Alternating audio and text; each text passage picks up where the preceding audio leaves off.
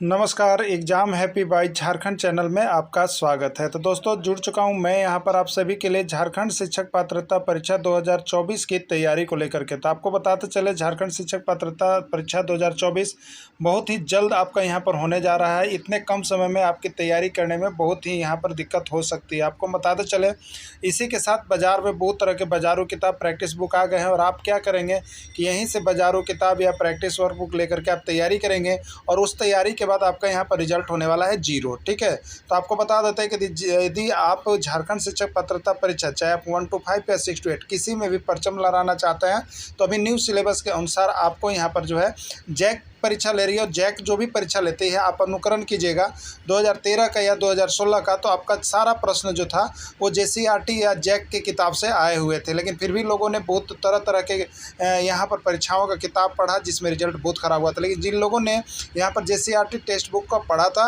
वो यहाँ पर पूरा अपना परचम लहराए थे और वो पास कर गए थे। तो देखिए आपको बताते चले यदि आप परचम लहराना चाहते हैं तो आपको हम यहाँ पर अपने चैनल पर only for JCERT text book का पूरा कंप्लीट नोट्स यहाँ पर आपको हम करवाते हैं। उसके साथ ही साथ आपको यहाँ पर पूरा तैयारी उसका पीडीएफ, उसके साथ उसका रिकॉर्डेड क्लास, उसके बाद लाइव क्लास, उसके बाद ऑफलाइन सारी चीज़ें हम आपको यहाँ पर प्रोवाइड करते हैं। तो आप जेटेट की तैयारी करना चाहते होंगे और 1 से 5 या 6 से 8 में परचम लहराना चाहते होंगे तो आप अभी हमारे यहाँ से कोर्स लेकर के जुड़ सकते हैं। तैयारी शुरू कर दी गई है। तो यहाँ पर सबसे पहले एडमिशन लेने का एक ऑफर चल रहा है, पहले आओ पहले पर पाओ के तर्ज पर सिर्फ 100 कैंडिडेट का अभ्यर्थियों का नामांकन यहाँ पर 500 रुपये में किया जाएगा। यानी 1 से 5 में आप नामांकन कराना चाहते हैं तो 500 रुपये लगेंगे और 6 से 8 में नामांकन किसी भी सब्जेक्ट में करना चाहते हैं तो आपको 500 रुपये यहाँ पर लग रहा है। आप जल्दी से अपना नामांकन कर लेंगे और जेसीईआरटी टेक्स्ट बुक पर आधारित सारे नोट्स पीडीएफ देखना नहीं भूलेंगे। आपको एक बार फिर हम बता देते हैं, अभी आकलन परीक्षा हुई उसमें इस नोट से जितने लोगों ने एडमिशन लिया था उनका रिजल्ट बहुत ही अच्छा रहा है। अगर किसी ने लिया है तो आप पता कर सकते हैं। और सहायक आचार्य का पेपर 3 का भी अभी जो कंडक्ट नोट्स चल रहा था उसमें भी बहुत ज़्यादा प्रश्न आपको यहाँ से हूबहू भिड़े हैं इससे। तो आपका आगे जेटेट में भी भिड़ने वाला है। आप सभी सिर्फ जुड़ जाइएगा क्योंकि यहाँ विभिन्न राज्यों के जेटेट परीक्षा का हल प्रश्न पत्र भी आपको हम प्रैक्टिस के रूप में करवाने वाले हैं। तो परीक्षा देखिए 1-2 दिन 3 दिन भी बचा है तो आप यहाँ से अगर आप नहीं क्लासेस ज्वाइन कर पाएँ तो आप लास्ट में देखिए 499 रुपये में नोट्स यहाँ से आपको मिलेंगे। आप लेकर के जरूर परचेज करके वह परीक्षा में जाने से पहले पढ़ लीजिएगा। यदि कम पढ़कर ज़्यादा कम प्रश्न पढ़कर और ज़्यादा अंक उठाना चाहते हैं तो आपके पास मात्र एक ही ऑप्शन एक ही है, वो है आपका जेसीईआरटी टेक्स्ट बुक। तो आप देखना नहीं भूलेंगे। यदि आप नोट्स बना लिए हैं तो बहुत अच्छा बात है, अगर नहीं बनाए हैं तो आप यहाँ से एडमिशन ले लीजिएगा या नहीं तो यहाँ से नोट्स परचेज करके एक बार अवश्य पढ़ लीजिएगा। 5 sec square theta minus 5 ten square theta का मान क्या होगा। ठीक है, प्रश्न आ रहा है इस तरह का, 5 sec square theta minus 5 ten square theta का मान क्या होगा। 1 होगा, 0 होगा, 5 होगा या 10 होगा। देखिए अभी जो है ना त्रिकोणमिति से आपको प्रश्न पूछा ही जा रहा है। चाहे आप कोई भी एग्जाम दे रहे हो त्रिकोणमिति से झारखंड में प्रश्न पूछा जा रहा है तो ये आपको बना लेना है। तो 5 sec square theta minus 5 ten square theta का मान क्या होगा बताना है। देखिए यहाँ पर जो है आपको त्रिकोणमिति के अनुसार आप देखिएगा तो कुछ ऐसे फार्मूला है जिसका मान 1 होता है। ठीक है, तो sec square theta minus 10 square theta बराबर कितना होता है 1। इसको हम लोग कहते हैं 1 रुपया वाला फार्मूला। 1 रुपया वाला फार्मूला देखिए दिमाग में रख लीजिएगा क्योंकि यहाँ से प्रश्न एगो छप के आ रहा है आपका। तो sec square theta minus 10 square theta बराबर 1 होता है। उसी तरह से आप देखिएगा तो cosec square theta minus cot square theta बराबर 1 होता है। और उसी तरह से देखिएगा तो sine square theta plus cos square theta बराबर 1 होता है। तो ये 1 रुपीज वाला फॉर्मूला को याद कर लीजिएगा, यहाँ से प्रश्न आ ही जाएगा। तो अब देखिए क्या होगा, तो यहाँ पर मेरा दिया हुआ है 5 sec square theta minus 5 ten square theta बराबर क्या होगा। ठीक है, ये दोनों में देखिए ये दोनों जो है इसमें 5 कॉमन है, कॉमन सार्वनिष्ठ है तो 5 कॉमन ले लेंगे तो ब्रैकेट में क्या बच जाएगा। जब इसमें से 5 निकालेंगे तो इसमें बचेगा देखिए सेक स्क्वायर थीटा और इसमें से भी जब 5 ले जाएंगे तो इसमें बचेगा 10 स्क्वायर थीटा। और अभी आपको फॉर्मूला तो हमने बता ही दिया 5 और sec square theta minus 10 square theta बराबर 1 तो 1 लिख दिए। 5 इंटू 1 बराबर कितना हो गया 5 आंसर इसका होता।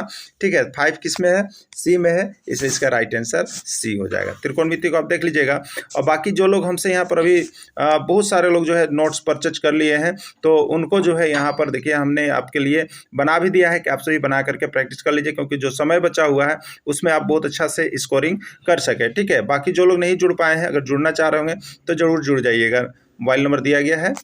वृत्त की परिधि और क्षेत्रफल का अनुपात है क्या होगा, आर अनुपात 2 होगा, 2r अनुपात 1 होगा, 2 अनुपात r होगा, या कोई नहीं, क्या होगा। ठीक है, तो चलिए देखते हैं कैसे बनेगा। सबसे पहले फॉर्मूला को आप लोग याद रखिएगा, वृत्त की परिधि और क्षेत्रफल का अनुपात। तो वृत्त की परिधि, देखिए इसी को परिमाप भी कहा जाता है, कभी कभी भूलवाता है परीक्षा में। वृत्त की परिधि और यहाँ पर वृत्त का क्षेत्रफल, इसका अनुपात आपसे पूछा है। ठीक है, वृत्त की परिधि क्या हो गया 2πr और वृत्त का क्षेत्रफल क्या हो गया πr²। ठीक है, अब देखिएगा 2πr हमने लिख दिया और नीचे πr² को हम लिख सकते हैं पाई, और r² को लिख सकते हैं 2 बार r इंटू आर। आर से आर कैंसिल हो गया, पाई से पाई कैंसिल हो गया, यानी ऊपर बच गया 2, तो 2 अनुपात नीचे बच गया r, तो 2 अनुपात r होगा इसका आंसर। ठीक है, तो देखिए बहुत जल्दी बन जाते हैं, समय बहुत कम लगता है, लेकिन सिर्फ और सिर्फ आपको याद होना चाहिए। तो इसका भी राइट आंसर सी होगा, 2 अनुपात r होगा। जरूर एग्जाम में परचम लहराने के लिए अभी अभी चैनल को ज्वाइन कीजिए और यहाँ से सारा नोट्स PDF परचेज कर लीजिए, और जो भी दिन क्लास बची है उसको क्लास को कर लीजिए अटेंड। यहाँ से देखिए आपका फिक्स जो है मार्क्स उठना ही उठना है, इसमें कोई शक आप नहीं रखिएगा। चलिए r² + 7s + t और 5r + 2s का योगफल है, आए हुए प्रश्न है। और इस तरह का प्रश्न आपको जो है अलजेब्रिक से एक प्रश्न पूछा ही जा रहा है आपके एग्जाम में। क्या होगा 6r² + 7s + t, 5r² + 9s + t, 6r² + 9s + t, या कोई नहीं। ठीक है, चलिए इसको सॉल्यूशन करके हम देख लेते हैं। क्या करा, r² + 7s + t और किसको जोड़ना है 5r²। ठीक है, क्या है 5r² + 2s। एक बार देख लेते हैं, r² + 7s + t और 5r²। तो देखिए r² के समान जाति के सामने समान जाति को लिखा जाता है 5r² + 2s। अब कुछ नहीं है, इसको जोड़िएगा तो एक r² क्या है एगो, और ये r² क्या है 5 गो। तो r² वाला सेम ग्रुप से जुटेगा तो 5 और 1 कितना हो जाएगा 6, यानी r² 6 गो हो जाएगा। और s वाला देखिए इसमें 7 गो है, s वाला 2 गो है, तो 7 और 2 9, s वाला 9 गो हो जाएगा। और t सिंगल है इसलिए सिंगल रह गया, यानी 6r² + 9s + t इसका आंसर होगा। तो 6r² + 9s + t किस में है, सी में है, इसलिए इसका राइट आंसर सी हो गया। अब बाकी नीचे देखिए आप लोगों के लिए यहाँ पर सॉल्व करके बना भी दिया गया है, जिनका मैथ ज़्यादा वीक है वो यहाँ से ट्राई कर लेंगे, बाकी कॉल कर लेंगे। ठीक है, चलिए एक आयत की लंबाई चौड़ाई की दुगनी है, लंबाई चौड़ाई का मान क्या होगा यदि उसका क्षेत्रफल 32 मीटर स्क्वायर है। मेंसुरेशन को तो छोड़ के मत जाइएगा, मेंसुरेशन से एक प्रश्न आपका एक नहीं, यहाँ पर 3-4 प्रश्न मेंसुरेशन से आएगा, इसलिए मेंसुरेशन को पढ़ के ही जाइएगा। ठीक है, चलिए इसको बना लेते हैं। आयत की लंबाई जो है चौड़ाई की दुगनी है, चौड़ाई की दुगनी है। तो चलिए चौड़ाई को 1 से यदि मानते हैं तो लंबाई कितना हो जाएगा बताइए, दुगनी मतलब 2 से गुना कीजिएगा 2x हो जाएगा। ठीक है, और क्षेत्रफल कितना दिया हुआ है, क्षेत्रफल देखिए दिया हुआ 32 मीटर स्क्वायर, 32 मीटर स्क्वायर। ठीक है, तो क्षेत्रफल मेरा दिया हुआ है 32 मीटर स्क्वायर दिया हुआ है, और आयत का क्षेत्रफल क्या होता है, तो लंबाई गुने चौड़ाई होता है, बराबर 32 मीटर स्क्वायर हो गया। अब लंबाई देखिए आपके पास 2x था और चौड़ाई कितना था, x था, बराबर हो जाता है 32 मीटर स्क्वायर। 2x में 1 से गुना करेंगे तो मेरा आता है कितना, 2x स्क्वायर आता है, कितना आता है 2x स्क्वायर बराबर 32 हो गया। अब 2 से ये 32 16 बार में कट गया, x स्क्वायर बराबर कितना हो गया 16, और x बराबर क्या होगा, तो जब देखिए इधर से रूट हटाइए, जब स्क्वायर हटाइएगा ना तो बाएं से दाहिने तरफ बॉर्डर पार करेगा तो रूट बैठता है। ठीक है, तो 16 पर रूट बैठेगा, रूट 16, इसलिए x का मान +-4 हो गया। तो x आपका क्या निकल गया, x आपका चौड़ाई निकल गया। ठीक है, x क्या था, चौड़ाई था, तो चौड़ाई आपका हो गया 4, और लंबाई कितना था 2x था, तो 2 गुने x 2 गुने 4 यानी 8 कीजिएगा तो कितना हो जाएगा, लंबाई और चौड़ाई पूछा था तो लंबाई 8 होगा और चौड़ाई 4 होगा। ठीक है, 8 और 4 होगा, 8 4 किस में है, सी में है, यही इसका राइट आंसर हो जाएगा। ठीक है, चलिए तो यहाँ बना भी दिए हैं आपको, आप देख लीजिएगा। यदि थीटा बराबर 90 डिग्री, क्या पूछा है, यदि थीटा बराबर 90 डिग्री तो sine theta minus cos theta का मान क्या होगा, 0 1 2 या कोई नहीं। ठीक है, चलिए इसको भी बना के देख लेते हैं। तो यहाँ पर थीटा बराबर 90 degree, sine theta minus cos theta, तो sine theta minus cos theta बराबर क्या होगा, तो साइन और थीटा के जगह पर देखिए 90 डिग्री बिठा दीजिएगा, तो साइन 90 डिग्री और माइनस कोस 90 डिग्री कर दीजिएगा। ठीक है, साइन 90 डिग्री का मान 1 होता है और कोस 90 डिग्री का मान 0। वैल्यू जरूर याद कर लीजिएगा। ठीक है, वैल्यू जरूर याद कर लीजिएगा, त्रिकोणमितीय अनुपात का 0 का 30 45 60 और 90, इतना से प्रश्न रहेगा ही रहेगा, तो आप लोग इसका वैल्यू याद कर लीजिए। लीजिएगा। अगर आपको वैल्यू याद करने में समझने में दिक्कत होगा तो आप वो कमेंट कीजिएगा, हम आपको उसका वैल्यू याद करने के लिए बहुत ही शॉर्ट ट्रिक बता देंगे, ठीक है। 1 - 0 बराबर 1 इसका राइट आंसर हो जाएगा। 1 किस में है, बी में है, इसलिए बी ही इसका राइट आंसर हो गया, ठीक है। नीचे बना हुआ है, देख लीजिएगा। पहला वंश कौन था, दिल्ली सल्तनत का सबसे पहला वंश कौन हुआ, ये आपसे पूछा जाता है। दिल्ली सल्तनत का सबसे अंतिम वंश कौन हुआ, ये भी पूछा जाता है, पूछा हुआ प्रश्न है। गुलाम वंश, खिलजी वंश, तुगलक वंश या कोई नहीं, ठीक है। तो दिल्ली सल्तनत का जो सबसे पहला शासक यानी जिसने नींव डाला दिल्ली सल्तनत का, वो था, देखिए यहाँ पर गुलाम वंश, ठीक है। वो कौन है, गुलाम वंश था, जिसका यहाँ पर संस्थापक कौन हुआ, तो कुतुबुद्दीन ऐबक था, ठीक है। चलिए, इसके दिल्ली सल्तनत के वंश का नाम याद रखने का एक छोटा सा ट्रिक आप लोग याद कर लीजिएगा, क्योंकि कभी कभी पूछता है कि दिल्ली सल्तनत का के वंश का पहला कौन था, दूसरा कौन था, तीसरा, चौथा, पांचवा और अंतिम करके पूछते रहता है, ठीक है। तो आप यहाँ पर देख लीजिएगा, जीके तुम्हारा शायद लो है, आप याद रखिएगा, जीके तुम्हारा शायद लो है। इससे आपको दिल्ली सल्तनत के वंश का नाम याद हो जाएगा। तो जी से देखिए हो जाएगा गुलाम वंश, जी से क्या हो जाएगा, गुलाम वंश, यानी दिल्ली सल्तनत का पहला वंश कौन हुआ, गुलाम वंश। और के से देखिएगा यहाँ पर के से के एच ख होता है, और इसको याद रख लीजिएगा, खिलजी वंश, क्या याद रखिएगा, खिलजी वंश। तो दिल्ली सल्तनत का दूसरा शासक कौन हुआ, कौन वंश हुआ, खिलजी वंश हुआ। और तुम्हारा में देखिए तू से होता है तुगलक वंश, क्या होता है, तुगलक वंश। तो तीसरा जो वंश हो जाएगा दिल्ली सल्तनत का, वो हो जाएगा तुगलक वंश। और शायद का होता है देखिए सैयद, शायद से याद रखेगा सैयद वंश, तो चौथा इसका सैयद वंश हो गया। और लो से देखिए होता है लोधी वंश। यानी इस तरह से दिल्ली सल्तनत पर कितने वंश ने शासन किया, तो 5 वंशों ने शासन किया, और लोधी वंश जो था वो अंतिम वंश था। इसके बाद जो होता है नया यहाँ पर साम्राज्य कायम हो जाता है, ठीक है। और वो यहाँ पर मुगल काल का प्रारंभ माना जाता है। तो इस तरह से दिल्ली सल्तनत का अगर पूछा, पहला वंश कौन था, गुलाम वंश, दूसरा कौन था, खिलजी वंश, तीसरा कौन था, तुगलक वंश, चौथा कौन था, सैयद वंश, और पांचवा कौन था, लोधी वंश, याद रख लीजिएगा, ठीक है। इसी तरह से हम आपको ढेरों सारे ट्रिक के साथ साथ यहाँ पर सारे ऑब्जेक्टिव क्वेश्चन भी करवा देते हैं। दिल्ली सल्तनत का पहला शासक कौन था, दिल्ली सल्तनत का पहला शासक कौन था, ठीक है। तो पहला शासक कुतुबुद्दीन ऐबक, इल्तुतमिश, बलबन या कोई नहीं। तो दिल्ली सल्तनत का पहला जो यहाँ पर हो गया आपका गुलाम वंश, ठीक है, गुलाम वंश। और गुलाम वंश का जो यहाँ पर नींव डाला था वो आपका था कुतुबुद्दीन ऐबक ने, ठीक है, कुतुबुद्दीन ऐबक ने डाला था। 1206 ईस्वी में किसकी मृत्यु के बाद कुतुबुद्दीन ऐबक ने स्वतंत्र रूप से दिल्ली का बागडोर संभाला। देखिए कुतुबुद्दीन ऐबक जो था वो क्या था, एक गुलाम था, क्या था, एक गुलाम था। और वह किसका गुलाम था, तो मोहम्मद गौरी का। किसका गुलाम था, मोहम्मद गौरी का। तो मोहम्मद गौरी ने यहाँ पर जो है विजित प्रदेश को छोड़ करके जाने के बाद, जिसकी मृत्यु होने के बाद, यहाँ पर मोहम्मद गौरी ने अपना सारा जो है साम्राज्य किसको दे दिया, तो कुतुबुद्दीन ऐबक को समर्पित कर दिया। और उसने ही यहाँ पर जो है नींव डाल दिया यहाँ पर आपका दिल्ली सल्तनत का, ठीक है। तो मोहम्मद गौरी की मृत्यु के बाद हुआ था। ममलुक वंश गुलाम वंश का संस्थापक माना जाता है। तो यही ममलुक वंश को ही गुलाम वंश भी कहा जाता है। उसका संस्थापक किसको माना जाता है, तो आप तो अभी देख लिए कि मोहम्मद गौरी गौर के शासक के साथ रहता था, उसका गुलाम था। उसकी मृत्यु के बाद कुतुबुद्दीन ऐबक ने जो है यहाँ पर दिल्ली सल्तनत का नींव डाल दिया, तो इसलिए यहाँ पर गुलाम वंश का स्थापना किया। और गुलाम वंश जो है कुतुबुद्दीन ऐबक के द्वारा किया गया। अगला प्रश्न है, कुतुब मीनार का निर्माण कार्य किसने प्रारंभ किया। देखिए कुतुब मीनार जो बना है उसका निर्माण कार्य किसी और ने प्रारंभ किया और बनवाया किसी और ने है, ठीक है। तो कुतुब मीनार का निर्माण कार्य किसने प्रारंभ किया, ये भी प्रश्न पूछे गए थे। और देखिए आपका जो है ये JCRT या NCERT कह लीजिए, सभी स्टेट में ये पढ़ना है, वहाँ से पूछा गया था, ठीक है। तो कुतुब मीनार का निर्माण कार्य किसने प्रारंभ किया, तो कुतुब मीनार का निर्माण कार्य जो है प्रारंभ कुतुबुद्दीन ऐबक ने किया था, ठीक है। कुतुबुद्दीन ऐबक ने इसके निर्माण कार्य का प्रारंभ किया था, लेकिन पूरा नहीं कर पाया था। चौगान या पोलो खेलते समय घोड़े से गिरकर किस शासक की मृत्यु हो गई। बहुत ही MVVI प्रश्न है ये, अब तक के परीक्षा में आपका 3 से 4 बार पूछ दिया गया है, ठीक है।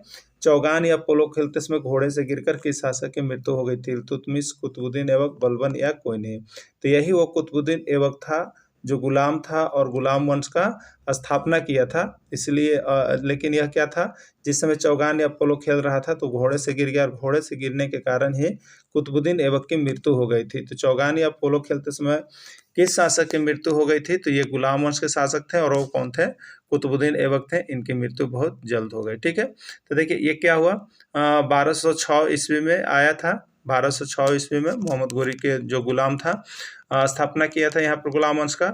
और 1210 ईस्वी में ही चौगान या पोलो खोलते समय घोड़े से गिरकर कुतुबुद्दीन ऐबक की मृत्यु हो जाती है 1210 में ही। उसके बाद जो होता है आपको नया यहाँ पर शासक बन जाता है, नया वंश का उदय हो जाता है। लाख बख्श के नाम से किसको जाना जाता है? कुतुबुद्दीन ऐबक, बलबन, इल्तुतमिश या कोई नहीं। लाख बख्श ये बहुत MBBI प्रश्न और ये आपके झारखंड के एग्जाम में बार बार पूछे जाते हैं, ठीक है।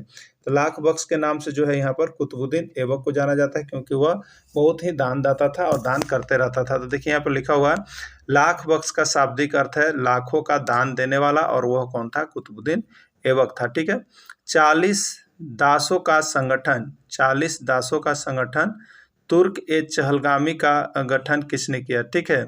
तो इल्तुतमिश, बलबन, कुतुबुद्दीन ऐबक या कोई नहीं। तो यहाँ पर इल्तुतमिश जो है 40 दासों के गठन का प्रारंभ किया। 40 दासों का समूह का मतलब 40 दल कहा जाता है, ठीक है। चंगेज खां 1221 ईस्वी में भारत में किस शासक के समय आया था? इल्तुतमिश, बलबन, कुतुबुद्दीन ऐबक या कोई नहीं। तो चंगेज खान जो था वो 1221 ईस्वी में। तो अब याद रखना होगा 1221 ईस्वी में किसका शासन था? तो उस समय जो शासन था वो आपका इल्तुतमिश का था, इसलिए इल्तुतमिश के शासनकाल में आया था।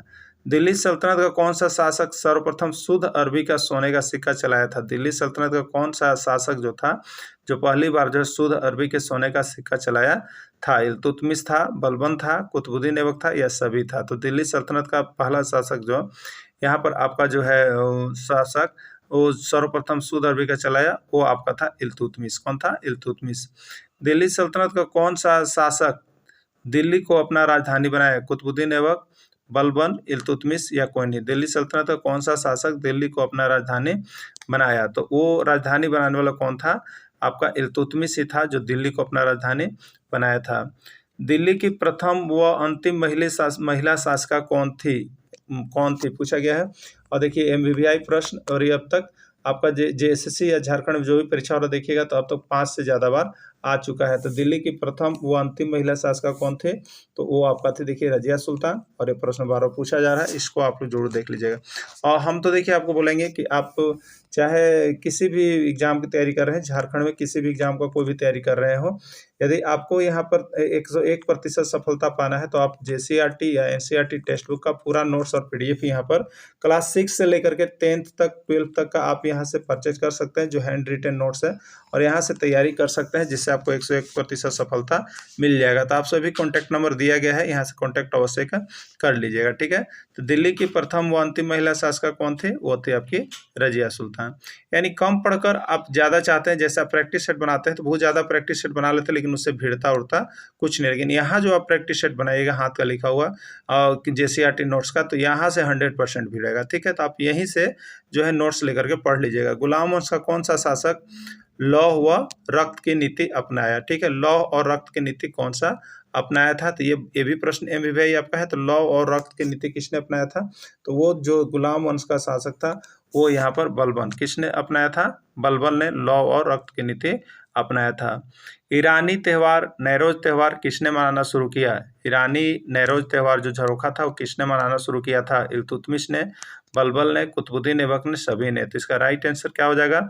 इसका हो जाएगा बलबन। बलबन ने नैरोज एवं नैरोज त्यौहार मनाना शुरू किया था। सिजदा एवं पैबोस नामक ईरानी प्रथा का शुरुआत किसने किया? इल्तुतमिश, बलबन, कुतुबुद्दीन ऐबक, सभी। तो इसका राइट आंसर बलबन। सिजदा और पैबोस की प्रथा की शुरुआत किसने की था? तो बलबन ने किया था। गुलाम वंश के बाद किस वंश का शासन हुआ? गुलाम वंश के बाद किस वंश का शासन हुआ यहाँ पर? ठीक है, गुलाम वंश की जब समाप्ति हो गई तो कौन सा वंश आया? तो देखिए गुलाम वंश अभी आपको बताए थे GK, तो G से गुलाम वंश था, और K में KH बताए थे, ख याद रखिएगा, क से खिलजी वंश। यानी गुलाम वंश के बाद कौन सा शासक आया? खिलजी वंश आया दूसरे नंबर पर, इसीलिए आपको ट्रिक भी दे देते हैं। इसका राइट आंसर क्या हो जाएगा? खिलजी वंश। गुलाम वंश के बाद किस वंश के शासन का हुआ? खिलजी वंश का हुआ। खिलजी वंश का संस्थापक कौन था? महमूद खिलजी, जलालुद्दीन फिरोज खिलजी, मोहम्मद इमरान खिलजी या सभी? ठीक है, तो खिलजी वंश का संस्थापक कौन हुआ?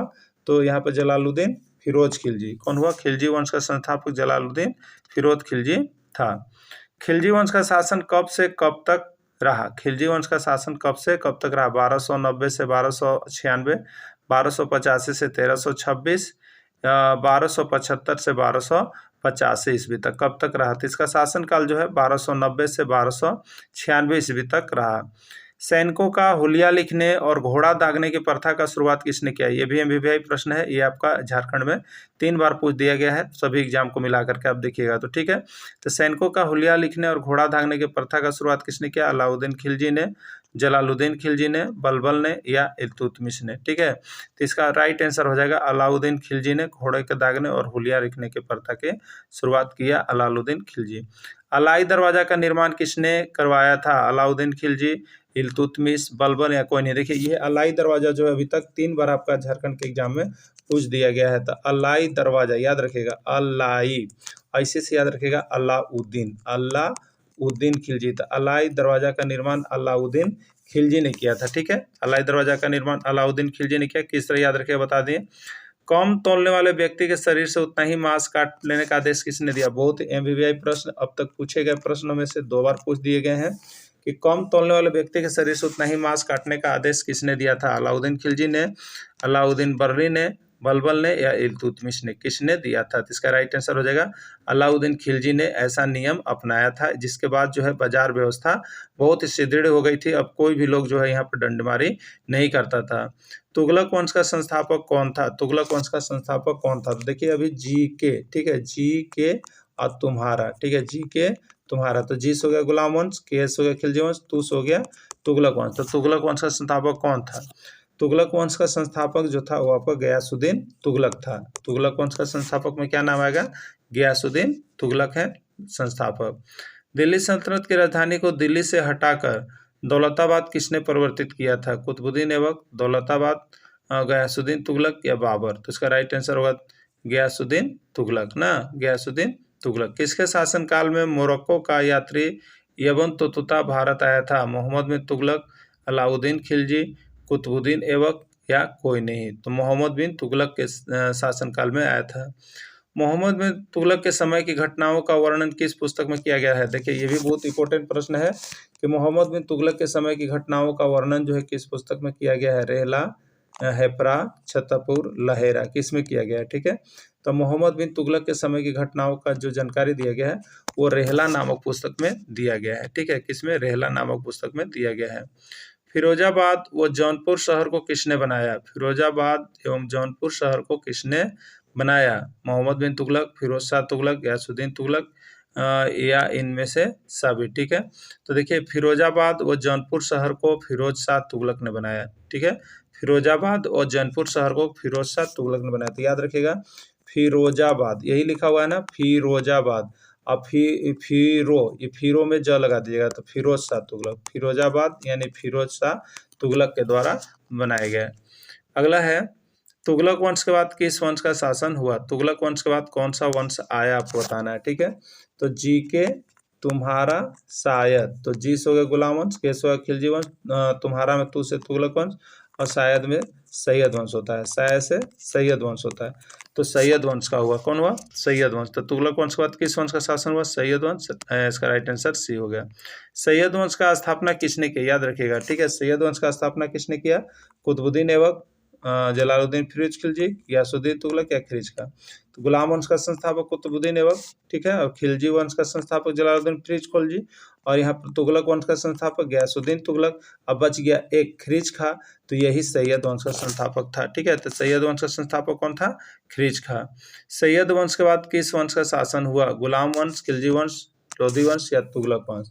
तो जीके हो गया, तुम्हारा हो गया, शायद हो गया और लो हो गया, ठीक है। तो गुलाम वंश, खिलजी वंश, तुगलक वंश, सैयद वंश और लास्ट होता है लोधी वंश। तो सैयद वंश के बाद किसका आया? लोधी वंश का आया। तो सैयद वंश के बाद किस वंश का शासन हुआ? तो यहाँ पर राइट आंसर हो जाएगा लोधी वंश। अंधेरा का पर्यायवाची शब्द है, आपको बताना है अंधेरा का पर्यायवाची शब्द क्या होगा? अंधकार, तम, तिमिर या सभी।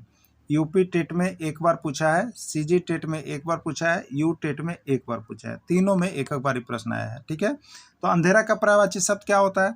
तो अंधकार को भी देखिए अंधेरा ही कहते हैं, तम का मतलब भी अंधेरा ही होता है, तिमिर का मतलब भी अंधेरा ही होता है, यानी इसका राइट आंसर सभी हो जाएगा।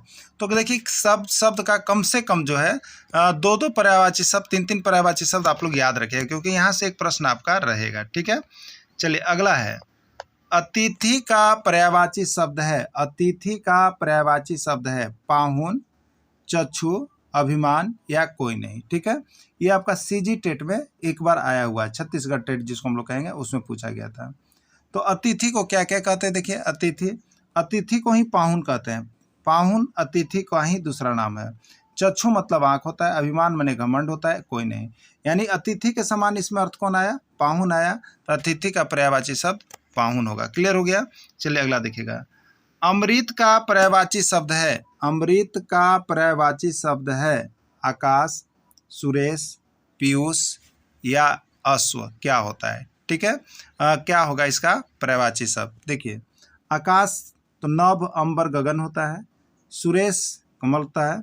पीयूष का मतलब अमृत होता है, पीयूष का मतलब अमृत होता है। अश्व का मतलब घोड़ा होता है। ठीक है, तो यहाँ पर अमृत के समान अर्थ किसका निकला, पीयूष का निकला ना। ये कहाँ आया हुआ था, तो यू टेट में आया हुआ था, उत्तराखंड टेट में प्रश्न पूछा गया था। ठीक है, तो राइट आंसर इसका सी हो गया, पीयूष होगा। अगला, घोड़ा का पर्यायवाची शब्द है, घोड़ा का पर्यायवाची शब्द कौन है, इसमें बताना है। अश्व, तुरंग, बाजी या सभी। ठीक है, ये आपका यूपी टेट में 2 बार आया है, और यहाँ पर कह लीजिए आपका जो है उड़ीसा टेट में 1 बार आया है। ठीक है, तो क्या होगा पर्यायवाची शब्द बताना है। तो देखिए घोड़ा यानी अश्व को भी घोड़ा ही कहा जाता है, तुरंग को भी घोड़ा ही कहा जाता है, बाजी को भी घोड़ा ही कहा जाता है, यानी इसका राइट आंसर सभी होगा। तो राइट आंसर इसका सभी में चला जाएगा। ठीक है, चलिए अगला देखिएगा। आँख का पर्यायवाची शब्द है, आँख का पर्यायवाची शब्द है, कहाँ पर आया था। ये आँख का पर्यायवाची शब्द यूपी में आया था और एमपी में आया था, दोनों जगह ही आया था। ठीक है, यूपी टेट में भी और एमपी टेट भी। तो आँख का पर्यायवाची शब्द है चक्षु, नयन, नेत्र या सभी। ठीक है, तो आँख का पर्यायवाची शब्द क्या होता है, चक्षु होता है। चक्षु मतलब भी आँख होता है, नयन मतलब भी आँख होता है, नेत्र में भी आँख होता है, यानी इसका राइट आंसर सभी हो जाएगा। ठीक है, राइट आंसर सभी हो जाएगा। आग का पर्यायवाची शब्द है, आग का पर्यायवाची शब्द इसमें कौन है। ठीक है, बताना है आपको। अनल, अभिलाषा, प्रभु या कोई नहीं। ठीक, ये प्रश्न आपका जो है सीजी टेट में आया हुआ है। किसमें, सीजी टेट में 1 बार आया हुआ है। ठीक है, तो आग को क्या कहते हैं, अनल कहते हैं, आग को अनल कहते हैं। अभिलाषा मतलब चाह या इच्छा होता है, प्रभु मतलब ईश्वर या भगवान होता है, कोई नहीं। यानी आग के समान पर्यायवाची शब्द किसका हुआ, अनल हुआ। तो अनल माने आग हो गया। ठीक है, तो इसका राइट आंसर अनल हो जाएगा। क्लियर। चलिए नेक्स्ट देखिएगा। औरत का पर्यायवाची शब्द है नेत्र, तुरंग, अंबर या स्त्री। ठीक है, औरत के समान इसमें पर्यायवाची शब्द कौन है। ये जो है आपका उड़ी टेट, ओ टेट माने उड़ीसा टेट में आया है, उड़ीसा टेट में प्रश्न आया है। नेत्र मतलब क्या होता है, आँख होता है। तुरंग माने घोड़ा होता है, अंबर माने आसमान होता है, और स्त्री जो है औरत को कहा जाता है। क्या कहा जाता है, औरत को। तो औरत के समान अर्थ कौन दे रहा है, यहाँ पर स्त्री दे रहा है। तो जो उसी के समान एक जैसा अर्थ देगा उसी को हम लोग पर्यायवाची शब्द कहते हैं। तो औरत का पर्यायवाची शब्द इसमें स्त्री होगा। राइट आंसर इसका डी हो जाएगा, राइट आंसर इसका डी हो जाएगा। होता है मादा एनोफ्लिज मच्छर, मादा एन मच्छर, मादा एलर्जी मच्छर या कोई नहीं। ठीक है, तो देखिए आपको बता देते हैं, जो मच्छर पनपते हैं ना, जो मच्छर पनपते हैं तो उसमें 2 तरह के मच्छर होते हैं, एक मादा मच्छर होते हैं और एक नर मच्छर होते हैं। ठीक है, तो देखिए मच्छर तो सभी को काटते हैं, लेकिन जो ज़्यादा प्यारे लोग होते हैं, जो ज़्यादा प्यारे लोग होते हैं उसको जब मादा मच्छर काट लेगी ना तब मलेरिया होगा। मादा मच्छर, नर मच्छर देखिए काटने से कुछ नहीं होता, लेकिन ये जो मादा लोग काटेगी ना तो आपको बीमारी फैला देती है। तो मादा वाला याद रखिएगा। ठीक है, तो मादा मच्छर के काटने से यानी मादा एनाफ्लीज नामक मच्छर के काटने से आपको जो होता है यहाँ पर मलेरिया होता है। ठीक है, तो यहाँ किस में है, तो मादा एनाफिल मच्छर ये ए में है। तो राइट इसका आंसर इसका ए होगा। ये प्रश्न आपको कहाँ पूछा गया, तो ये प्रश्न आपका सीजी टेट में 1 बार पूछा गया, यूपी टेट में 1 बार पूछा गया, एमपी टेट में 3 बार पूछा गया, और पंजाब टेट में 2 बार पूछा गया, उड़ीसा टेट में 1 बार पूछा गया। अब आपकी बारी है, आपके भी टेट में आ जाएंगे, आप लोग देख लीजिएगा। ठीक है, चलिए अगला देखिएगा। अगला प्रश्न क्या है, अगला प्रश्न है डेंगू किस मच्छर के काटने से फैलता है। डेंगू किस मच्छर के काटने से फैलता है, मादा एनामल, मादा एनाफ्लिज मच्छर, मादा एडिज मच्छर। देखिए जितना भी रोग जो फैलता है ना वो मादा लोग काटती है तभी फैलता है, याद रखिएगा, मादा लोग काटती है तभी फैलती है। इस मादा का पहचान होता नहीं है कि हम लोग पहचान सकेंगे कि इसमें कौन मादा हमारे शरीर पर बैठ रही है। अगर मच्छर बहुत भी काटा लेकिन आपको कुछ नहीं हुआ तो समझिए कि आपको नर मच्छर बैठा था। क्या मच्छर बैठा था, नर मच्छर। लेकिन मादा मच्छर एको को बैठ जाके आपका शरीर पर एक बार काट लेगी तो कोई न कोई रोगे फैला के जाएगी, समझे। इसलिए डेंगू भी किस मच्छर के काटने से फैलता है, तो डेंगू जो है यहाँ पर मादा मादा एडिज मच्छर के काटने से फैलता है, मादा एडिज। ठीक है, पंजाब टेट में एक बार पूछा गया और सीजी टेट में 2 बार पूछा गया और बिहार टेट में 1 बार पूछा गया। ठीक है, अब आपकी बारी है, आपके एग्जाम में आ सकता है। मलेरिया के उपचार हेतु बनाई जाने वाली दवा कुनैन किस वृक्ष के छाल से बनाई जाती है? बहुत ही MBBI प्रश्न, जितना कह लीजिए उतना कम है। 1001 बार पूछा गया, आपके झारखंड राज्य में भी पूछा गया है। ठीक है, मलेरिया के उपचार हेतु बनाई जाने वाली दवा किस वृक्ष के छाल से बनाई जाती है? अर्जुन पेड़, बरगद पेड़, नींबू पेड़ या कुनैन सिनकोना जिसको कहते हैं। ठीक है, तो देखिए मलेरिया का जो दवा बनाया जाता है वो आपका जो है यहाँ पर कुनैन या सिनकोना वृक्ष के नाम से जानते हैं। ऑप्शन ज़्यादा देता है, देखिए सिनकोना, कभी कभी कुनैन, इसलिए दोनों यहाँ पर मेंशन कर दिया गया है आपको, कुनैन को ही सिनकोना कहते हैं, याद रखिएगा। ठीक है, इनमें से अगला प्रश्न है, इनमें से किनके पत्तों का रस मलेरिया और डेंगू के उपचार में किया जाता है? इनमें से किनके पत्तों का रस मलेरिया और डेंगू के उपचार में किया जाता है? अर्जुन पेड़, बरगद का पत्ता, गिलोय का पत्ता या कोई नहीं, किसका किया जाता है? ठीक है, तो इनमें से किनको पत्तों का रस मलेरिया के डेंगू उपचार में किया जाता है? पंजाब टेट में 1 बार, राजस्थान टेट में 1 बार, ये 2 जगह पूछा गया है। तो ये है देखिए आपका गिलोय का पत्ता। कौन है? गिलोय का पत्ता है, इसी का जो है उपयोग यहाँ पर किया जाता है, गिलोय का पत्ता का। एक अभिभावक आपसे मिलने के लिए विद्यालय में कभी नहीं आता है, आप क्या करेंगे बताइए? आप बार बार बच्चा को बोल रहे हैं कि अभिभावक को विद्यालय भेज दो, लेकिन अभिभावक कोई सुधि नहीं ले रहा है, तब आप क्या करिएगा बताइए यहाँ। ठीक है, चलिए ऑप्शन है, बच्चों की अपेक्षा करेंगे, आप जैसा टीचर हो वैसा, तो आप बच्चे ओकर गार्जियन नहीं आए तो आप बच्चा के निरादन करना शुरू कर दीजिएगा, बच्चा के मारना शुरू कर दीजिएगा, बच्चा के अलग बैठाना शुरू कर दीजिएगा, बच्चा के बात बात पर बोलना शुरू कर दीजिएगा, यही कीजिएगा। चलिए देखिए क्या कीजिएगा, आप ऑप्शन अपने बताइएगा, जैसन टीचर होंगे वैसन लिखा जाएगा। अगला है, अभिभावक को लिखेंगे, अभिभावक के पत्र भेजाइएगा घर लिख करके ना, यही कीजिएगा। चलिए अगला सी, आप उनसे मिलने अपने जाइएगा, स्वयं अब मिलने जाइएगा। बच्चा से बार बार बोले, बार बार रिप्लाई आया, गार्जियन नहीं आ रहे, अब आप क्या कीजिएगा, तो आप स्वयं उनसे मिलने जाइएगा, बताइएगा। अगला, बच्चों को दंड देना शुरू कीजिएगा। क्या सही आंसर था आपका? आप अपने दिल से बताइए। इसका तो राइट आंसर सी होगा। अगर आपका भी राइट आंसर सी आया होगा तो आप समझिए कि एक अच्छा शिक्षक बनने लगे हैं।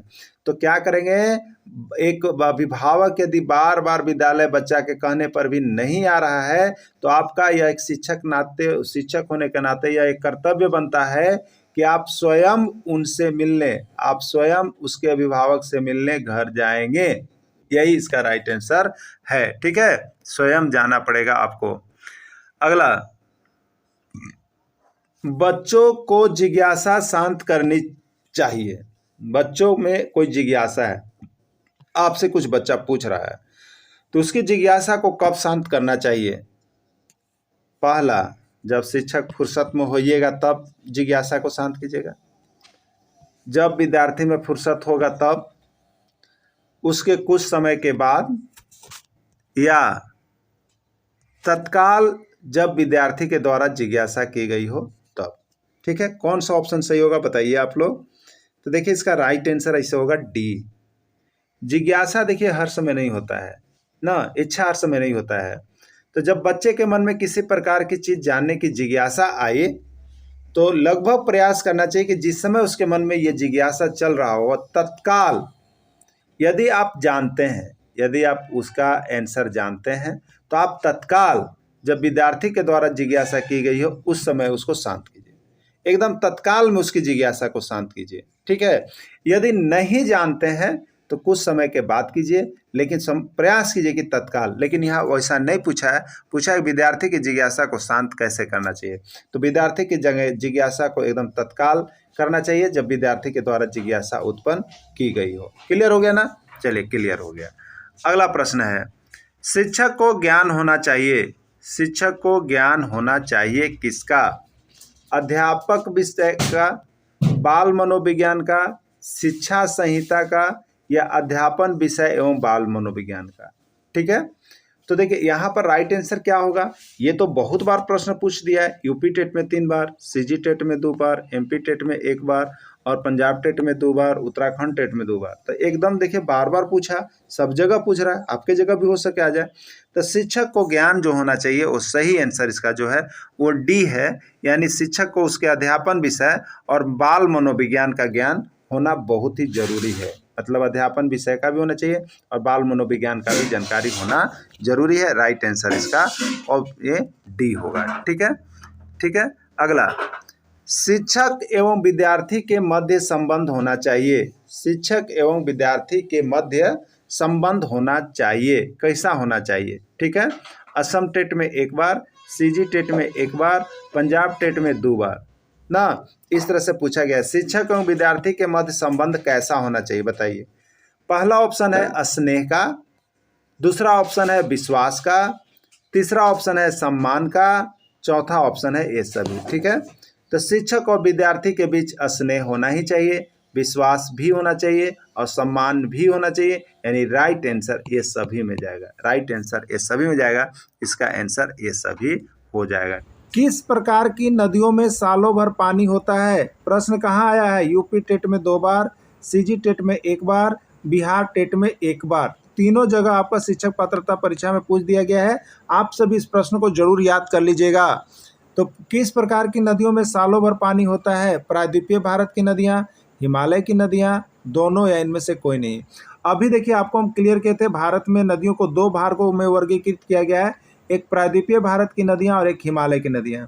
प्रायद्वीपीय भारत की नदियाँ कैसी होती है? अभी आप सुने होंगे, ये मौसमी होती है। मौसमी कहने का मतलब क्या होता है कि ये वर्षा पर निर्भर करती है, वर्षा पर निर्भर करती है। अगर बरसात आया तो पानी खूब और वर्षा नहीं हुई तो पानी इसमें खत्म हो जाता है। ठीक है, और हिमालय की नदियाँ कैसी होती है? तो ये 12मासी नदी होती है। हिमालय की नदियाँ कैसी होती है? 12मासी नदी होती है। 12मासी का मतलब है कि इसमें 12 महीना पानी मिलता है। क्यों मिलता है? ये यहाँ पर बर्फ से ढकी हुई रहती है, गंगोत्री हिमनद से निकलती है। हिमनद मतलब यहाँ पर हिम का नदी है, इसलिए इसमें वर्ष भर पानी चलते रहता है। क्लियर हो गया हो आपको? तो किस प्रकार की नदियाँ में सालों भर पानी रहता है? तो हिमालय की नदियाँ में। किस प्रकार की नदियाँ को 12मासी नदी कहते हैं? तो हिमालय की नदियों को कहते हैं। ठीक है, चलिए नेक्स्ट देखिएगा। सिंधु नदी का उद्गम स्थल है। सिंधु नदी का उद्गम स्थल है बताना है। मानसरोवर जल, तिब्बत, अमरकंटक का पठार, अरब सागर या कोई नहीं। ठीक है, तो अभी आपने देखा था एसएसबी, नाम याद होगा। एसएसबी कौन था? मानस था। यानी सिंधु नदी, सतलज नदी, ब्रह्मपुत्र नदी, तीनों का उद्गम स्थल मानस का मतलब मानसरोवर झील तिब्बत है। तो सिंधु नदी का उद्गम स्थल कौन होगा? राइट आंसर ए होगा, मानसरोवर झील तिब्बत है। ये सीजी टेट में आपका 2 बार, यूपी टेट में 1 बार और बंगाल टेट में 2 बार पूछा गया प्रश्न है। आप सभी जरूर देख के जाइएगा एग्जाम में। और हो सके तो आपको जैसी वीडियो मिलता है तो देखिए हम इसी तरह से पीडीएफ पर आपको सारे क्लासेज और पीडीएफ प्रोवाइड करते हैं। आप हमारे साथ जरूर जुड़ने का प्रयास कीजिएगा। देखिए एग्जाम का अगर 2 से 3 दिन भी बचा हुआ तो आपको हम ये बता देते हैं कि जेसीईआरटी का नोट्स ले करके आप पढ़ करके ही जाइएगा। आपको किसी भी तरह से 10 नंबर यहाँ आप जो लाना चाह रहे हैं, अगर आपने टारगेट 90 का रखा है तो आपको 100 आने वाला है, और 80 का रखा है तो आपको 90 आने वाला है। 10 नंबर किसी तरह से बढ़ेगा। तो इस 10 नंबर के लिए आपको 499 रुपये में नोट लेकर के जरूर पढ़ लीजिएगा। और उद्गम स्थल बताइए। ब्रह्मपुत्र नदी का उद्गम स्थल मानसरोवर झील तिब्बत, अमरकंटक का पठार, दोनों या कोई नहीं। ठीक है, तो आपको याद रखना है एसएसबी। एसएसबी मतलब एस से सिंधु, एस से सतलज और बी से ब्रह्मपुत्र, यानी सिंधु, सतलज और ब्रह्मपुत्र कहाँ से निकलता है?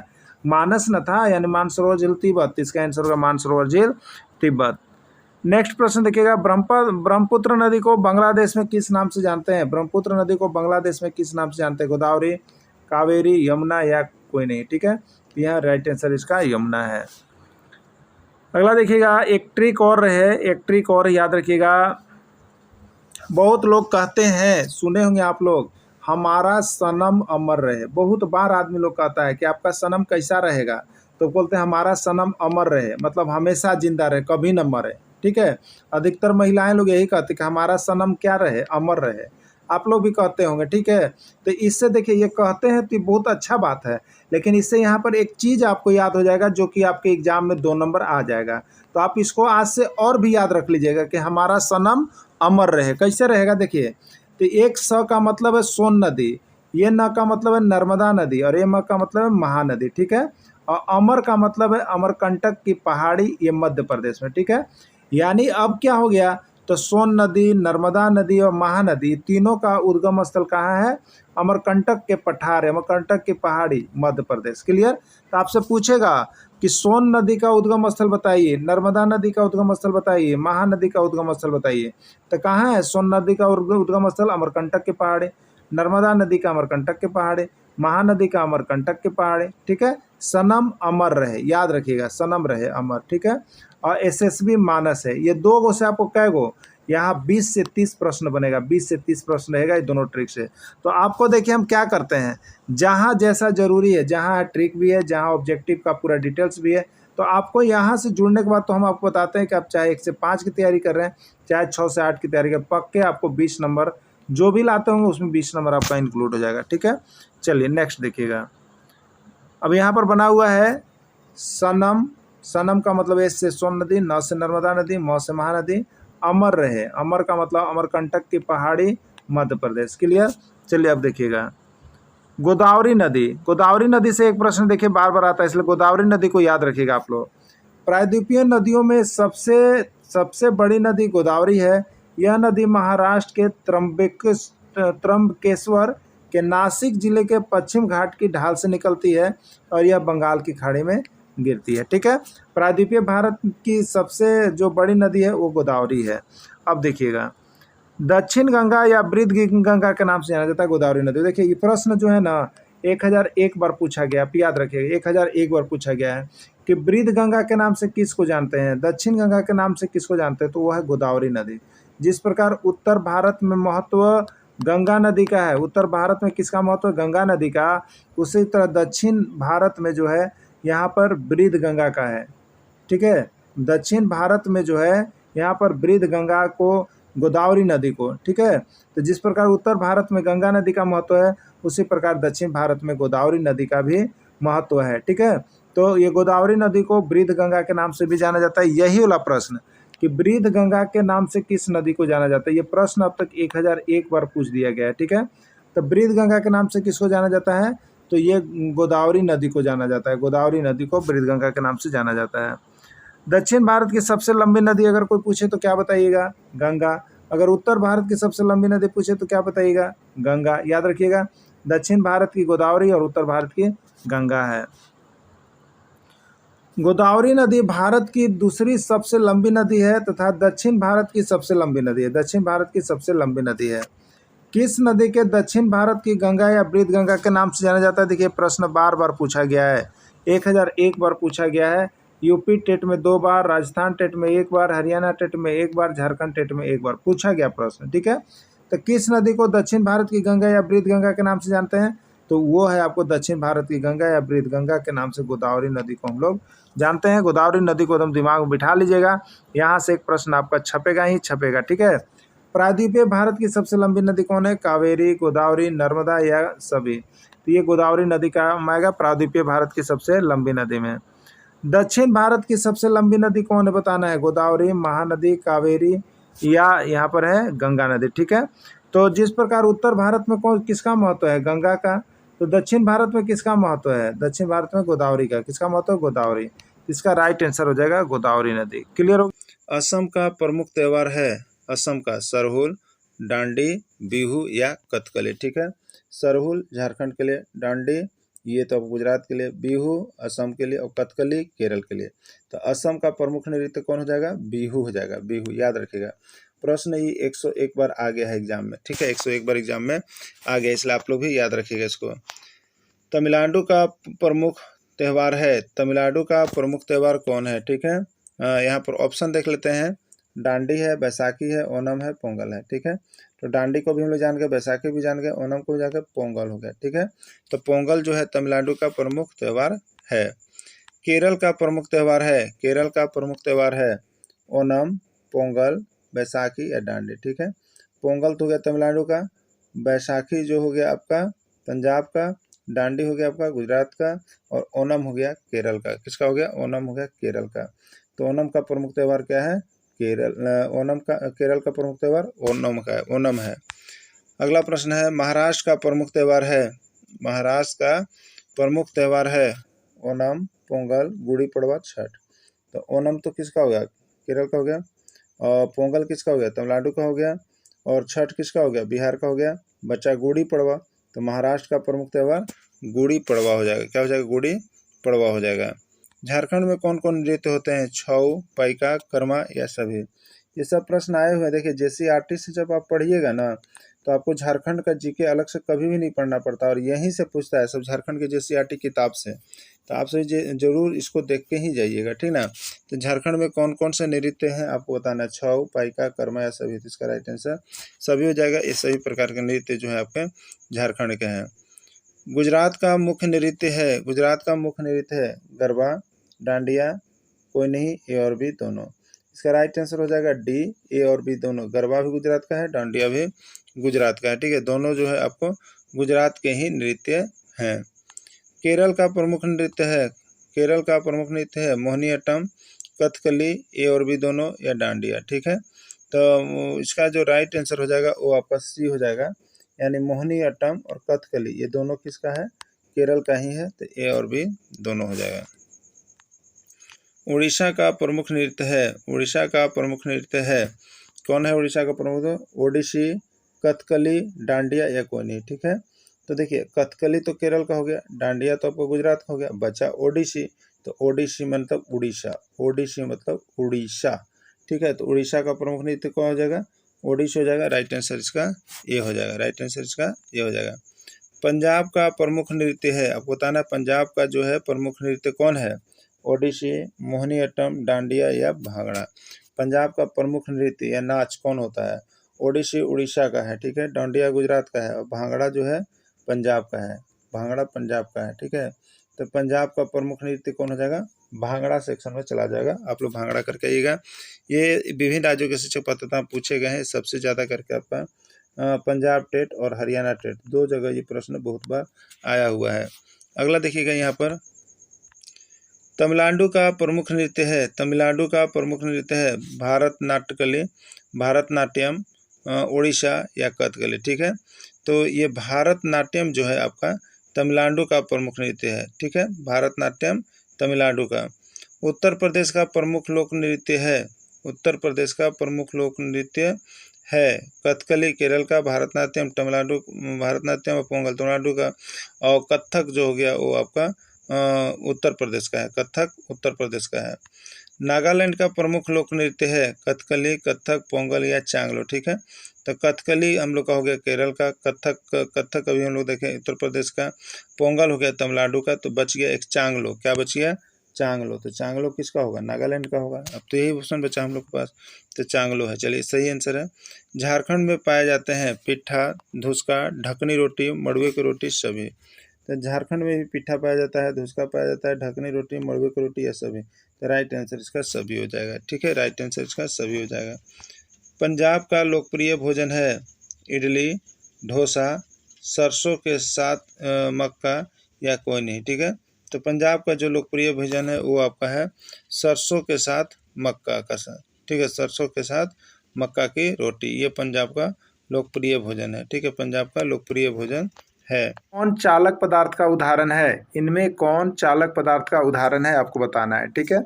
इसमें कौन चालक पदार्थ का उदाहरण है, सीजी टेट, बंगाल टेट और यहाँ पर आपका जो है एमपी टेट, तीनों में ये प्रश्न पूछा गया है, तीनों में ये प्रश्न पूछा गया है।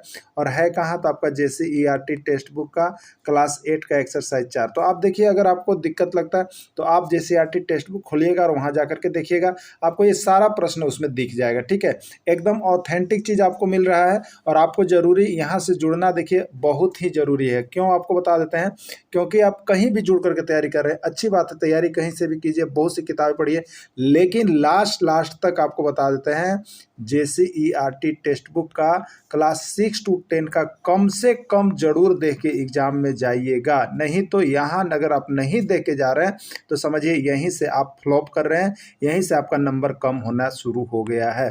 तो आप सभी वीडियो देखने के बाद यहाँ से सारा नोट्स, सारा PDF आपको व्हाट्सएप पर मिल जाएगा। आप वहाँ 1 से 2 दिन भी समय है तो वहाँ पढ़ सकते हैं और तैयारी करके जा सकते हैं। आपका रिजल्ट यहाँ पर 101% हो जाएगा, JCERT को पढ़ के जाइएगा, ठीक है। तो जुड़ जाइएगा, यहाँ से सारे नोट्स PDF परचेज कर लीजिएगा। चलिए ठीक है। इसमें कौन चालक पदार्थ है, लोहा, तांबा, एल्युमिनियम या सभी। लोहा से भी विद्युत धारा का प्रवाह होता है, तांबा में भी विद्युत धारा का प्रवाह होता है, एल्युमिनियम में भी विद्युत धारा का प्रवाह होता है, इसलिए ये सभी चालक पदार्थ के उदाहरण है। ठीक है, अगला, जिन ठोस पदार्थों से विद्युत धारा का चालन नहीं होता है उससे कहते हैं, वैसे ठोस पदार्थ जिसमें हम अगर मान लीजिए कि यहाँ पर लाइन है और इसमें पदार्थ को लगाएं और हम छू रहे हैं तो हमको करंट नहीं मार रहा है, करंट नहीं मार रहा मतलब विद्युत धारा का प्रवाह इसमें नहीं हो रहा है, विद्युत धारा का प्रवाह नहीं हो रहा है, यही बात हो गया ना, विद्युत धारा का प्रवाह नहीं हो रहा है। विद्युत धारा प्रवाह होगा तो हमें विद्युत का झटका लगेगा और विद्युत धारा प्रवाह नहीं होगा तो हमें विद्युत का झटका नहीं लगेगा। ठीक है, तो जिन ठोस पदार्थों से विद्युत धारा का चालन नहीं होता है उससे क्या कहते हैं आपको बताना है। ये प्रश्न जो है बिहार टेट, उसके बाद आपका सीजी टेट, उसके बाद आपका एमपी टेट, ये 3 जगह जो है आपको पूछ दिया गया है। ठीक है, तो जिन ठोस पदार्थों से विद्युत धारा का प्रवाह होता है उसको हम लोग सुचालक कहते हैं, उसको हम लोग चालक कहते हैं। ठीक है, उसको हम लोग कंडक्टर कहते हैं। ठीक, लेकिन जिस ठोस पदार्थों से यहाँ पर विद्युत धारा का प्रवाह नहीं होता है उसको हम लोग कुचालक कहते हैं, उसको हम लोग क्या कहते हैं, कुचालक कहते हैं, इंसुलेटर कहते हैं। ठीक है, कुचालक किसको हम लोग कहेंगे, क्लियर। जिनसे होगा चालक या सुचालक, जिनसे नहीं होगा कुचालक हम लोग कहेंगे, क्लियर हो गया ना। तो विद्युत धारा से उससे कुचालक कहते हैं, तो इसका राइट आंसर बी हो जाएगा, कुचालक हो जाएगा। इसमें कौन कुचालक पदार्थ का उदाहरण है आपको बताना है कि इसमें कौन कुचालक पदार्थ का उदाहरण है। ये प्रश्न बंगाल टेट और एमपी टेट दोनों में ये प्रश्न टैली किया है और सीजी टेट में भी एक बार आया है। ठीक है, तो इसमें कौन कुचालक पदार्थ का उदाहरण है आपको बताना है। रबड़ है, प्लास्टिक है, लकड़ी है या सभी है। ठीक है, तो इसमें कुचालक पदार्थ कौन होते हैं, तो कुचालक पदार्थ देखिए वे होते हैं, कुचालक पदार्थ कौन होते हैं, वे होते हैं जिनसे विद्युत का झटका नहीं लगता है, जिनमें विद्युत धारा का प्रवाह नहीं होता है। तो देखिए आपको यह सलाह दिया जाता है कि जब भी आप विद्युत का काम करने जा रहे हो, इलेक्ट्रिक का काम करने जा रहे हो, तो आप रबड़ का दस्ताना पहन लीजिए, रबड़ का दस्ताना। उसके बाद यदि अब तार भी छुआ जाएगा आपसे तो क्या होगा, वहाँ पर आपको जो है यहाँ पर करंट नहीं मारेगा। ठीक है, तो इसमें कौन कुचालक पदार्थ है, तो रबड़ कुचालक है। प्लास्टिक भी हाथ में लेकर के जाते हैं, अगर प्लास्टिक से आप किसी भी लाइन को पकड़ लेते हैं जिसमें विद्युत धारा प्रवाह हो रहा है तो वहाँ भी झटका नहीं आता है, तो ये भी कुचालक पदार्थ है। अब लकड़ी भी देखिए यहाँ पर जो है, अब थोड़ा सा देखिए यहाँ पर सेंस कभी कभी लोगों का आता है कि यहाँ पर एक कच्ची लकड़ी हो गई, ठीक है, या हरा लकड़ी हो गया और एक सूखा हुआ लकड़ी हो गया, तो यहाँ पर सूखा हुआ लकड़ी होना चाहिए, लेकिन कभी कभी लकड़ी दे दें तो भी आपको उसको कुचालक में ही मारना है। ठीक है, यानी इसका राइट आंसर क्या हो जाएगा, सभी हो जाएगा, राइट आंसर सभी हो जाएगा। नेक्स्ट प्रश्न है, आसुत जल विद्युत का होता है। आसुत जल जो होता है विद्युत का क्या होता है। ये आसुत जल जो होता है जिसका टेम्परेचर जो होता है, जिसका पीएच मान कम होता है, तो ये आसुत जल जो होते हैं वो क्या होते हैं, तो ये आसुत जल जो होते हैं वो विद्युत के कुचालक होते हैं। ये यूपी टेट में एक बार आया हुआ प्रश्न है। ठीक है, चलिए अगला देखिएगा। जब किसी एक धातु के ऊपर दूसरी धातु की परत चढ़ाई जाती है तो इस प्रक्रिया को क्या कहा जाता है। ठीक है, जब किसी एक धातु के ऊपर दूसरे धातु की परत चढ़ाई जाती है तो इस प्रक्रिया को क्या कहा जाता है। ठीक है, विद्युत लेपन, विद्युत विक्षेपण, विद्युत विघटन या कोई नहीं। ठीक, देखिए आप लोग अभी तक सुने होंगे, क्या सुने होंगे कि जैसे एक कोई धातु है, इसके ऊपर जो है दूसरे धातु के परत चढ़ाई जाती है। ठीक है, तो किस लिए, तो वो देखिए आपको संक्षारण से बचाने के लिए होता है। किस लिए होता है, संक्षारण से बचाने के लिए। तो एक धातु के ऊपर दूसरे धातु की परत जो चढ़ाया जाता है तो वो देखिए अगर इलेक्ट्रिक प्रोसेस से होता है, विद्युत प्रोसेस से अगर इस पर चढ़ाया जा रहा है परत, तो इसको हम लोग कहते हैं, इसको भी लेपना कहते हैं। जैसे अगर मान लीजिए कि ये दरवाजा है, इस पर आपने पेंट चढ़ाया लेकिन ये इलेक्ट्रिक प्रोसेस से नहीं चढ़ रहा है तो इसको हम लोग कहते हैं कि पेंट किए हैं। ठीक है, लेकिन अगर इसी पर पेंट जो चढ़ा है, लेपन ही किया गया है, इस पर भी पेंट का लेपन ही किया गया है, तो विद्युत के द्वारा लेपन किया गया है, तो उसको हम लोग कहते हैं विद्युत लेपन। क्या कहते हैं, विद्युत लेपन कहते हैं, इसी को क्या कहते हैं, विद्युत लेपन। ठीक है, तो इस तरह से जब किसी एक धातु के ऊपर दूसरे धातु के परत चढ़ाई जाती है तो इस धातु को हम लोग क्या कहते हैं, विद्युत लेपन कहते हैं। और ये प्रश्न आपका 1001 बार आपके एग्जाम में पूछा गया है, 1-2 बार की बात मत कहिएगा, ये बहुत बार प्रश्न आया है, ये आपके दृष्टि से MVVI प्रश्न है, इसलिए इसको याद रखिएगा। तो किसके ऊपर, तो उसके ऊपर किसी धातु के ऊपर ज़्यादा करके किसका परत चढ़ाया जाता है, तो जिंक का परत चढ़ाया जाता है, क्योंकि ये ज़्यादा देर तक संचारित रहता है, ज़्यादा दिन तक संचारित रहता है, तो जिंक की परत चढ़ाई जाती है ज़्यादा करके। ठीक है, लोहे को जंग लगने से बचाने के लिए इस पर किसकी परत चढ़ाई जाती है। लोहे को जंग लगने से बचाने के लिए इस पर किस धातु की परत निक्षेपित की जाती है। ठीक है, आपको बताना है। तो यहाँ पर 4 ऑप्शन आपको दिया गया है, एल्युमिनियम, लोहा, कॉपर या जिंक। देखिए आप देखते होंगे बहुत से मोटरसाइकिल या साइकिल का देखते होंगे, हैंडल को आप देखते होंगे, हैंडल को देखते होंगे ना, तो हैंडल किसका बना हुआ रहता है बताइए, ये हैंडल जो होता है वो लोहा का ही बना हुआ होता है, लोहा का ही बना होता है, लेकिन इसके ऊपर ये जो सफ़ेद परत जो चढ़ा दिया जाता है वो किसका होता है, जिंक का परत होता है, जिंक की परत चढ़ाई जाती है। ठीक है, तो लोहे के ऊपर जिंक की परत चढ़ाई जाने, धातु की परत चढ़ाई जाती है तो उसको जिंक हम लोग कहते हैं। तो लोहे को जंग से बचाने के लिए इन पर धातु की परत चढ़ाई जाती है। तो देखिए कभी कभी ऑप्शन जिंक हिंदी में भी रहता है और कभी कभी संकेत में भी रहता है जेड एन, तो जिंक का संकेत जेड एन होता है और जिंक होता है। क्लियर हो गया होगा, तो जिंक की परत चढ़ाई जाती है, राइट आंसर इसका डी हो जाएगा।